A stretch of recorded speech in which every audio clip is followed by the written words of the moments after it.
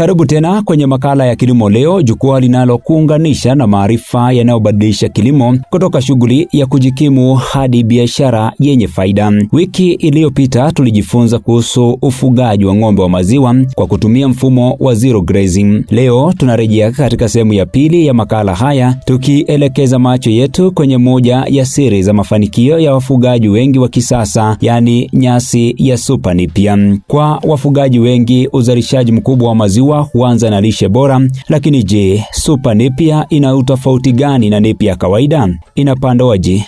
Inatuzwaje? Na inaweza kuongeza vipi faida katika ufugaji? Majibu ya maswali hayo tunayapata kutoka kwa mkulima na mfugaji Vinnie wa Tarakwani. Karibu sana, mimi ni Kamau Waithaka nikikuripotia kupitia Wingo Radio. Karibu tena Vinnie wa Tarakwani. Wiki iliyopita ulitueleza kuhusu mfumo wa zero grazing. Leo tuanze kwa kutueleza kwa nini ulichagua Super Napier badala ya Napier kawaida. Je, faida zake ni zipi kwa mfugaji?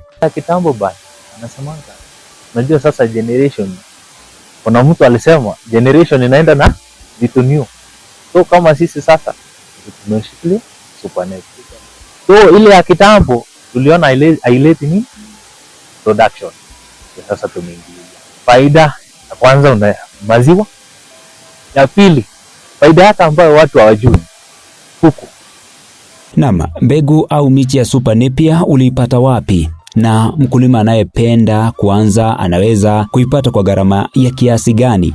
Show kule Rabi ndio nikaweza kuleta kilimo, ndio nikaweza kuleta, ingawa kuna vitu mingi na nikaja kwa tu, acha nichukue, acha niende na hii kama ni hili tulikuwa tunaijua shilingi 10-20 kama hii sasa nakata, alafu nikuonyesha kama sasa kama hii sasa kwa shilingi 20. Kabla ya kuhamia shambani, tuanze na hatua ya maandalizi. Ulianzaje kuandaa miche kwenye kitalu au nursery bed, na kwa nini hatua hii ni muhimu? Hiyo kitu isitoka, ikitoka ni hasara. Shoot sasa, yep,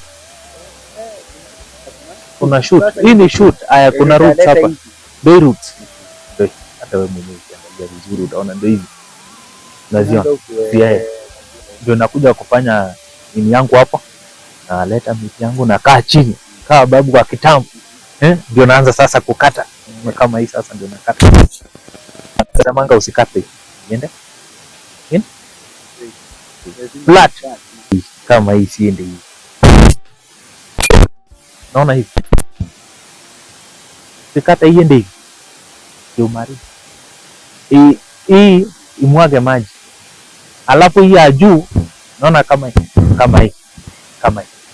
hii kileta maji hii inamwaga. So ukiekelea hivi, ndio hii ikihil hapa itaanza kuharibu ni roots, itaoza. Ndio maana itaenda kuwa sawa. Baada ya miche kuwa tayari, mkulima anatakiwa kufuata utaratibu gani wakati wa kuipandikiza pale shambani ili ipate nafasi nzuri ya kukua? Kukatwa. Haya, alafu ukimaliza kukata unafaa kuitoa ya chini, hii ngozi ya chini pekee yap, alafu unaweka siku 3 kujihil iende na hii hazi. Hii ni hazi. Ndio sasa ikishakatwa hivi kwa hazi iende na naika pali kuna jua siku 3. Naam, kabla hatujaanza upanzi, tunaona pia kuna nyasi nyingine yenye rangi ya zambarau hapa shambani. Tuambie, ni nyasi gani hii na ina umuhimu gani kwa mfugaji? Napier Purple Super. Purple Super hiyo. Yep. Hilo ndio jina lake. Yeah. Na kwa sababu naangalia kwa shamba, ni hapa tu naona. Kwa hivyo ndio umeanza. Ndio nimeanza. Ukisikia pale taarifa pale nje, unajua huwezi elewa.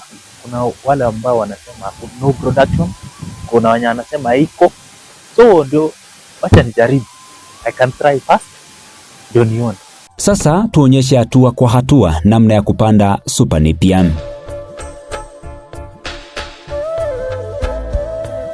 Naam, msikilizaji, Vinnie anatueleza kuwa kwanza huandaa shimo lenye kina na upana wa takriban futi 1.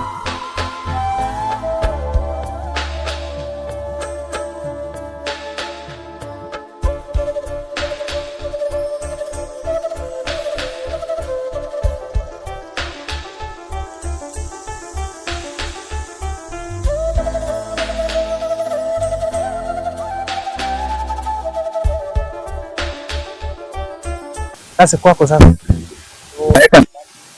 4.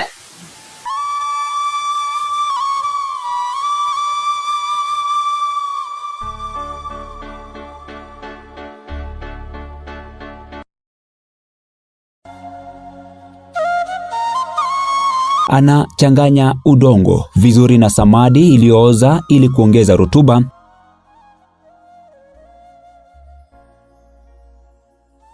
Hapo sawa, hapo sawa.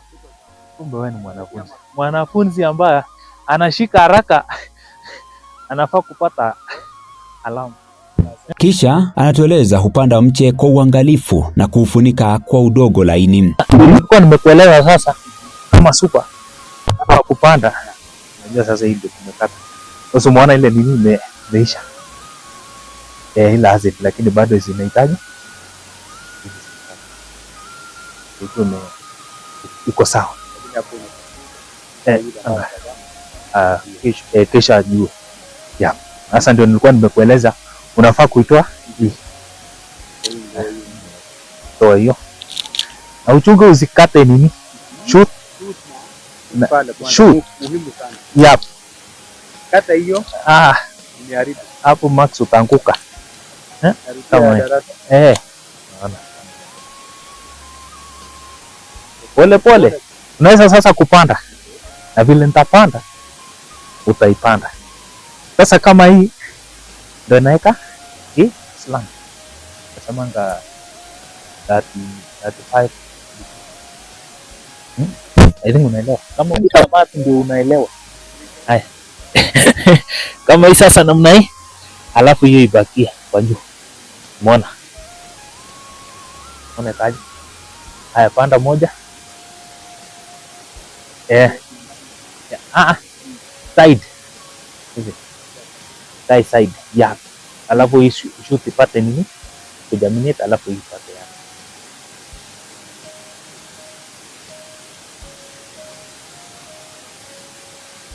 Hapo sawa. Hapo sawa. Haya. Unajua hii sasa hii inajaminate hapa na hii inajaminate hapa. So cross.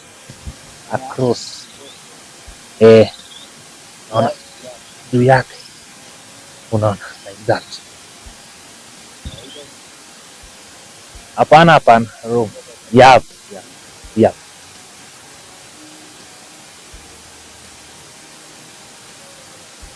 Nika tu hivi kidogo. Iko sawa. Hapo iko sawa sasa. Sasa mwanafunzi sasa.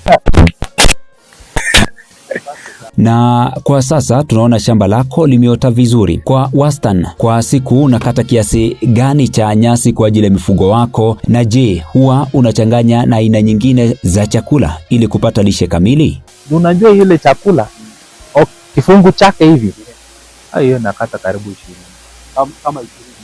Uende nayo huko. Ndio niende nayo store juu. Unajua sasa nikichukua kidogo. Nikiasha alichopata. Chakula tu yote. Seconds.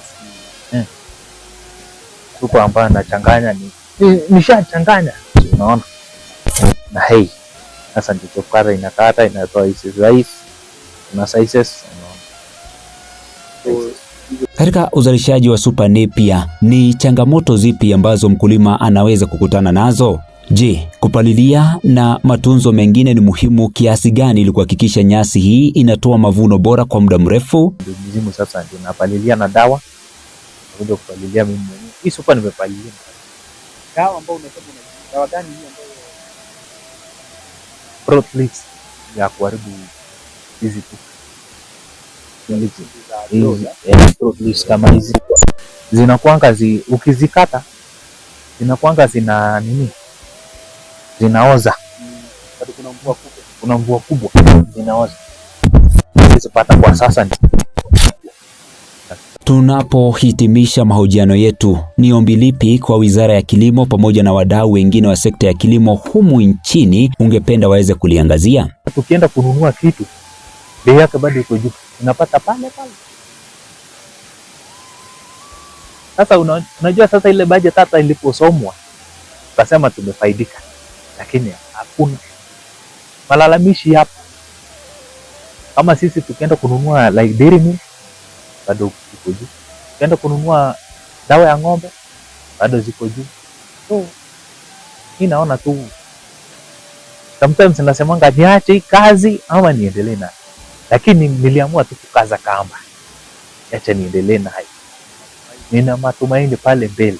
Asante sana. Naam, kutokana na mafunzo ya leo ni wazi kuwa mafanikio katika ufugaji hayategemei idadi ya ng'ombe pekee, bali yanategemea ubora wa lishe yanayopewa. Kilimo cha Super Napier kinaweza kuwa suluhisho la kupunguza gharama za malisho huku kikiongeza uzalishaji wa maziwa na kipato cha mfugaji. Wataalam wa kilimo wanaendelea kusisitiza kuwa kilimo cha kisasa kinahitaji kutumia mbegu bora, mbinu sahihi za uzalishaji na usimamizi mzuri wa mashamba ili kuongeza tija. Ikiwa wewe ni mkulima au mfugaji, usisite kutafuta ushauri kutoka kwa maafisa ugani walioko katika eneo lako. Maarifa sahihi ndiyo msingi wa kilimo chenye faida. Hayo ndiyo yaliyokuwa makala ya Kilimo Leo wiki hii. Tunamshukuru sana Vinnie wa Tarakwani kwa kushiriki nasi uzoefu na maarifa yake kuhusu kilimo cha Super Napier. Mimi ni Kamau Waithaka, hadi wakati mwingine nikikuripotia kupitia Wingu Radio.